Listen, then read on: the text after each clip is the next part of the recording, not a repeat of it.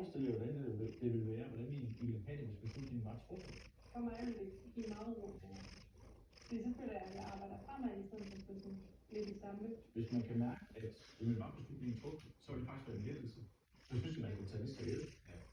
Jeg vil ikke presse sådan noget, men jeg synes, jeg vil gerne prøve at give jer et vældig skub i ryggen, fordi jeg kan mærke, efter al min erfaring, at det her er det rigtige for jer.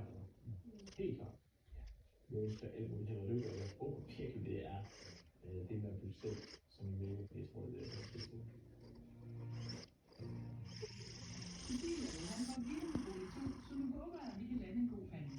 Det er virkelig en stor ting at stå lige nu og synes, at vi har fundet det hus, vi gerne vil bo i, og kan se vores fremtid og vores børn vokse op der. Huset for 2 år. Det skal helst for jer. Hvordan har I det med et ret til bolig til slutningen? Jeg tror faktisk, vi har det ret godt med. Ikke stillet på det på forhånd, tror jeg. Hvad har I så nået at snakke